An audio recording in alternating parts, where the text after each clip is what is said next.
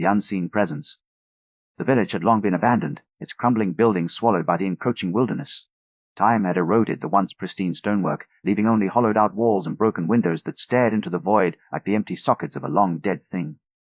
The air was thick with the scent of damp earth and decay, and the silence was so absolute that even the wind seemed to hold its breath. It was not the silence of an empty place, but of something watching, waiting. The protagonist, a man of quiet resolve and haunted memory, had come to this forsaken place not by choice, but by necessity. He had followed a trail of whispers, of half-remembered stories passed down through generations, all speaking of an ancient presence that had once ruled this land before vanishing into obscurity. Some claimed it had been a god, others a monster, and still others a thing that had never been meant to exist at all. He had come to uncover the truth, though he did not know what he would find. As he stepped deeper into the village, the shadows seemed to stretch unnaturally, twisting in ways that defied logic. The trees that lined the path bore twisted branches, their gnarled forms resembling skeletal fingers reaching toward the sky. The sun, which had been a distant, pale disk overhead, seemed to dim as though the very heavens were recoiling from the weight of something unseen. A strange unease settled over him, a feeling that he was being observed, not by eyes, but by something far older, far more alien. He pressed on, his boots crunching over the broken cobblestones each step, sending a shudder through the air as if the ground itself recoiled from his presence. The buildings, though long abandoned, still exuded a presence, as though they remembered the horrors that had once transpired within their walls. Somewhere in the distance, a low, guttural whisper slithered through the air, too faint to be heard clearly, but too disturbing to be ignored. It was not a sound, but a sensation, a feeling that something ancient and unknowable was stirring once more. And as he moved deeper into the village, the weight of its forgotten past began to press upon him, a slow, inexorable descent into something that should not be known. The weight of the past.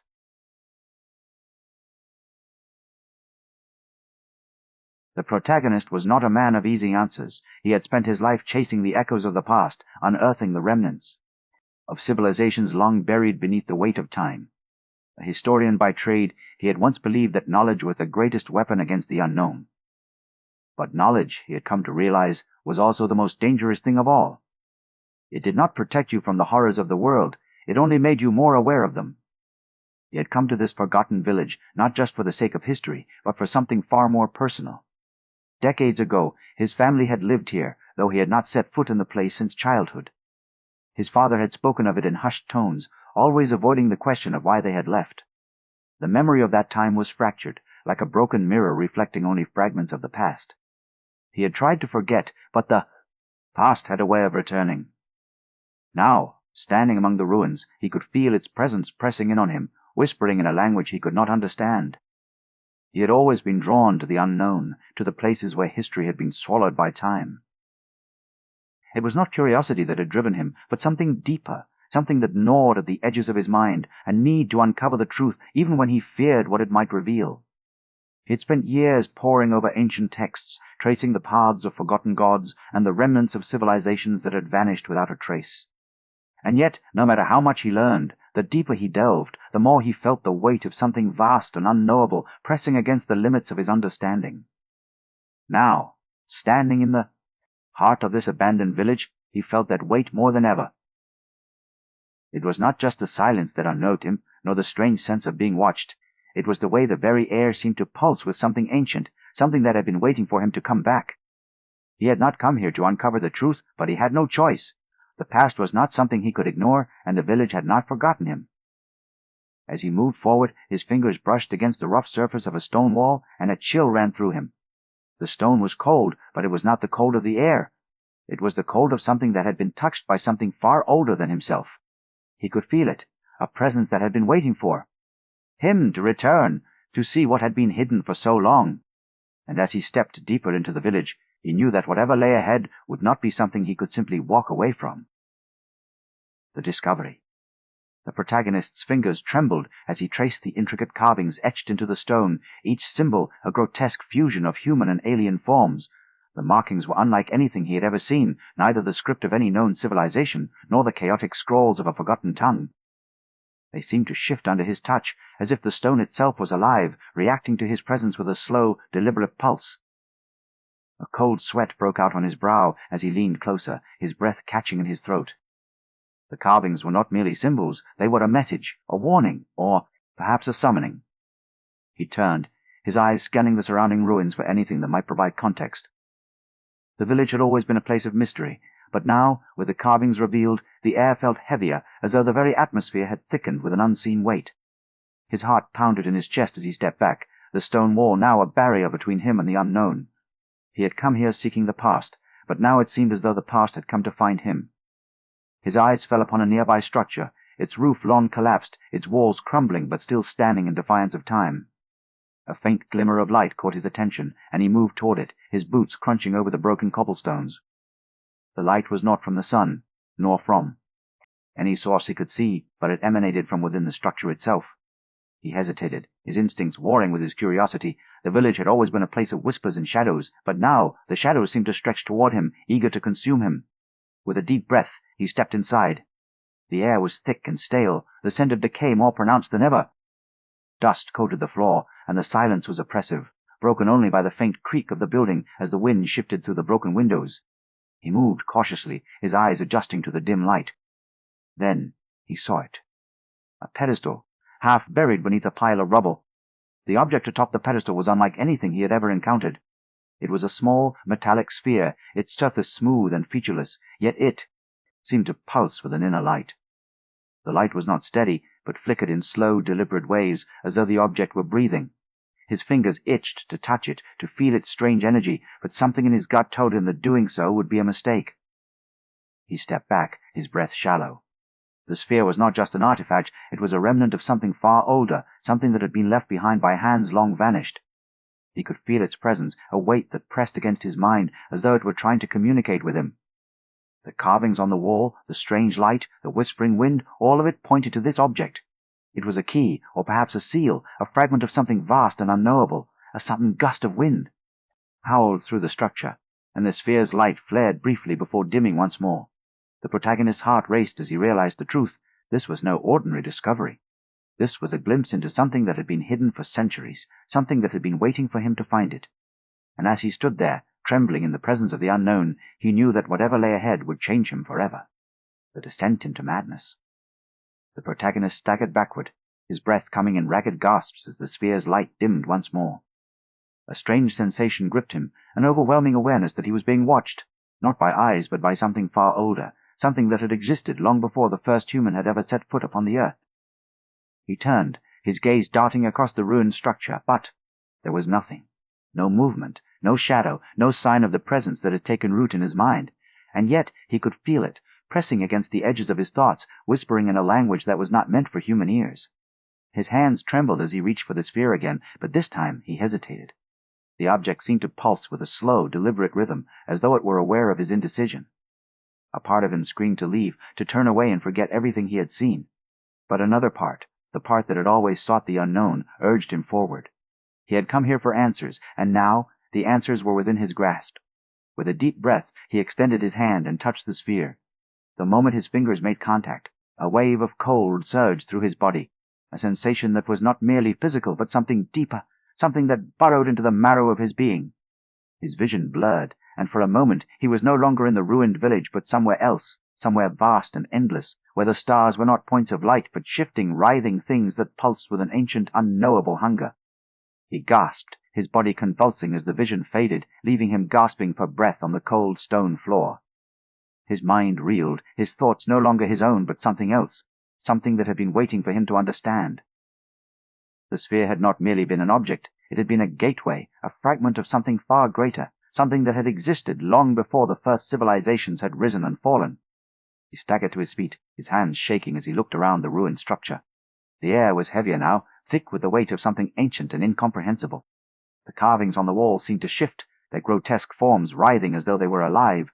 The whispers in the wind had grown louder, no longer distant murmurs, but something that clawed at the edges of his mind, trying to pull him deeper into the unknown. His thoughts grew more fragmented, his mind slipping between moments of lucidity and madness. He could not remember if he had ever been in this village before, or if he had come here at all. The past and present blurred together, and he was no longer sure which was real. He saw himself standing in the village as a child, his father's, voice echoing in the distance, warning him of something he did not yet understand. He saw himself standing in the ruins now, his hands trembling as he reached for the sphere once more.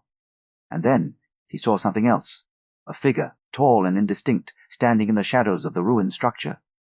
It was not human, nor was it anything he could name. Its form was shifting, its body composed of something that was neither flesh nor shadow, but something in between. It did not move, but he could feel its presence pressing against him, a weight that made his breath come in shallow gasps. He wanted to run, but his legs would not move. His mind screamed for him to turn away, to forget everything he had seen, but he could not. The figure was watching him, waiting for him to understand. And as he stared into its shifting form, he felt the first tendrils of madness creeping into his mind, a slow unraveling of everything he had ever known. The ancient entity revealed. The figure shifted, its form no longer a vague silhouette, but something more defined, though still impossible to comprehend. It was not a single being, but a convergence of shapes and forms, as though 1,000 different entities had been merged into one. Its body was not solid, but a writhing mass of something that defied the laws of nature, neither flesh nor shadow, but something in between. It was not a thing that could be named, for names were the province of the human mind, and this was beyond that. It was not a god, nor a demon, but something that had existed before gods had ever been conceived, before the first stars had burned in the sky. The protagonist could not look away. His mind was screaming at him to turn away, to run, to forget everything he had seen. But his body was frozen, his thoughts unraveling as the entity pressed closer. It did not move with the grace of a living thing, nor with the sluggishness of something that had been buried for centuries. It simply was, its presence a weight that pressed upon the air itself, as though the very fabric of reality was being held in place by its sheer existence. The whispers in the wind grew louder, no longer distant murmurs but a cacophony of voices, each one speaking in a language that was not meant for human ears. They were not words, but sensations, impressions that clawed at the edges of his mind. He felt the weight of forgotten histories, the echoes of civilizations that had risen and fallen long before the first human had ever walked the earth. He saw the birth of the stars, the slow, inexorable passage of time, and the endless void that stretched beyond the limits of his understanding. And in the center of it all was the entity, watching, waiting, as though it had been waiting for him to arrive. His breath came in shallow gasps, his body trembling as the entity's presence grew stronger. He could feel it pressing against him, not with force, but with a slow, inexorable pull, as though it were drawing him into its own existence. He tried to resist, but his thoughts were already slipping away, his mind no longer his own. He was not merely witnessing the entity, he was becoming part of it, his consciousness unraveling as the entity's influence spread through him. The ruins around him seemed to shift, the walls no longer solid but something else, something that pulsed with the same strange energy that emanated from the entity. The carvings on the walls writhed, their grotesque forms twisting and changing, as though they were alive. The air was thick with the scent of something ancient, something that had never been meant to be known. He could feel the entity's presence in every breath he took, in every beat of his heart, in the very fabric of his being. And then the whispers changed. They were no longer a cacophony of voices, but a single, inhuman voice, speaking in a language that was not meant to be heard. It was not a voice that came from the entity, but from something deeper, something that had been buried within him all along. He could not understand the words, but he could feel their meaning. They were not words of warning, nor of revelation, but of inevitability. He was not meant to be here. He had not come by accident, but by fate, and now the entity had found him. His body convulsed as the entity's presence grew stronger, pressing against him with a force that was not physical, but something far more insidious. He could feel his mind unraveling, his thoughts slipping away like sand through his fingers. The entity was not merely watching him, it was consuming him, drawing him into its own existence, into the vast, unknowable void that lay beyond the limits of human understanding. He tried to scream, but no sound came. His mouth opened, but nothing escaped. The entity was not merely a presence, it was a force that had been waiting for him, for all of them, for every human who had ever sought the unknown. And now he was no longer a man, but something else, something that had been waiting to be found. The last thing he saw before his mind was swallowed by the entity was the sphere, still pulsing with its strange, flickering light. It was not merely an artifact, but a key, a fragment of something vast and unknowable. And now it was no longer a key, but a seal, a remnant of the entity's presence, a fragment of something that had been waiting for him to find it. And as the entity's presence consumed him, he felt himself slipping away, his mind unraveling, his thoughts dissolving into the vast, unknowable void that had been waiting for him all along. The final descent. The protagonist's mind unraveled like a thread pulled from a tapestry, each thought slipping away before it could take shape. He was no longer a man, but something else, something that had been waiting for him to find it. The entity had taken him, had consumed him, and now he was nothing more than a whisper in the vast, unknowable void that stretched beyond the limits of human understanding. He could still feel the weight of the entity pressing against him, though he was no longer in the ruined village. The air was thick with something ancient, something that had existed long before the first human had ever set foot upon the earth. His body no longer moved, his thoughts no longer formed, and yet he was still aware. He was aware of everything, the endless expanse of the void, the shifting, writhing forms that had no name, the whispers that clawed at the edges of his mind, trying to pull him deeper into the abyss. The entity was not merely watching him now, it was consuming him piece by piece, peeling away the layers of his existence until nothing remained. He was not being killed, not in the way that humans understood death. This was something far worse. He was being unmade, his consciousness being pulled apart and scattered like dust in the wind. He could feel his memories slipping away, his thoughts dissolving into the vast, unknowable darkness that surrounded him. And yet, even as he was being consumed, he could still feel the presence of the sphere, still pulsing with its strange, flickering light. It was not merely an artifact, but a remnant of the entity's power, a fragment of something that had been waiting for him to find it. He could feel it pressing against him, trying to pull him back, to anchor him in the world that had once been his. But the entity was stronger. It had already taken him, and now it was not letting go. His body convulsed, though he could no longer feel the pain. His mind was slipping away, his thoughts no longer his own. He could no longer tell where he ended and the entity began. He was not a man anymore, not a historian, not a seeker of the unknown. He was something else, something that had been waiting to be found. The whispers grew louder, no longer distant murmurs, but a cacophony of voices that clawed at the edges of his mind. They were not words, but sensations, impressions, the weight of forgotten histories, the echoes of civilizations that had risen and fallen long before the first human had ever walked the earth. He could see them now, not in the way he had seen them before, but in the way the entity saw them, fragmented, incomplete, waiting to be consumed. And then he saw it.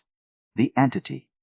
Not as a single form, but as something vast and unknowable, a presence that had existed long before the stars had burned in the sky. It was not a god, nor a demon, but something that had been waiting for him, for all of them, for every human who had ever sought the unknown. It had been waiting for him to find it, to see it, to understand it. And now he was no longer a man.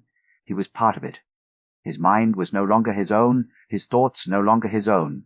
He was nothing more than a whisper in the vast, unknowable void, a fragment of something that had been waiting for him to find it. And as the entity's presence consumed him, he felt himself slipping away, his mind unraveling, his thoughts dissolving into the vast, unknowable void that had been waiting for him all along. The lingering horror.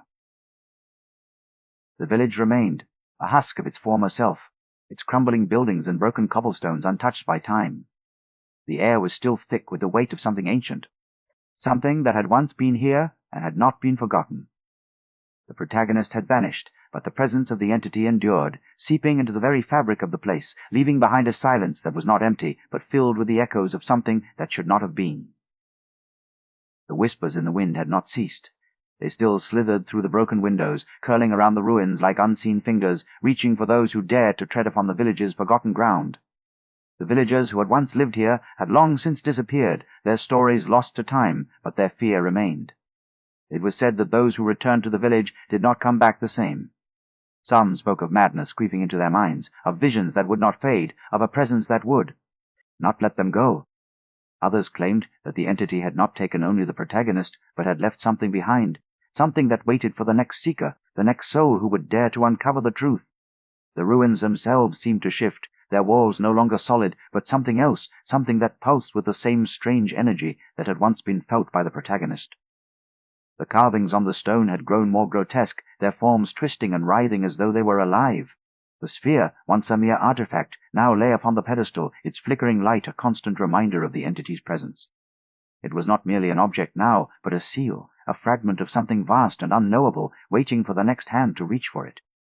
Those who had remained in the surrounding villages spoke in hushed tones, their voices filled with unease. They told of strange occurrences, of children who would stare into the sky for hours, their eyes unblinking, as though they were watching something that was not meant to be seen, of farmers who would stop in the middle of their work, their hands trembling, as though they had heard something that should not have been. of the wind that would howl through the trees, carrying with it the same whispers that had once been heard by the protagonist. And yet, the entity was not content to be forgotten. It had not taken the protagonist, but it had not destroyed him either. It had left him behind, a fragment of itself, a whisper in the void. And now it was waiting for someone else to come, to find the sphere, to see the carvings, to feel the presence that had once consumed the protagonist. The village was not abandoned, but it was not truly inhabited either. It was a place of waiting, of watching, of something that had been left behind and had not been forgotten. The entity had not vanished, and it would not be forgotten. It would wait, as it had waited before, for the next soul who would dare to seek the truth.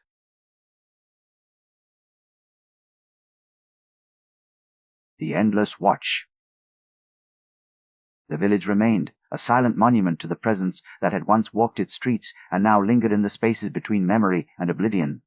The wind howled through the broken windows, carrying with it the same whispers that had once haunted the protagonist, the same murmurs that had not faded but had only grown stronger, deeper, more insistent.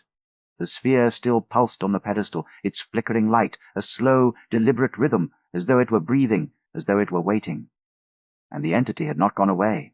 It was not a thing that could be destroyed, not by human hands, not by fire, not by the passage of time.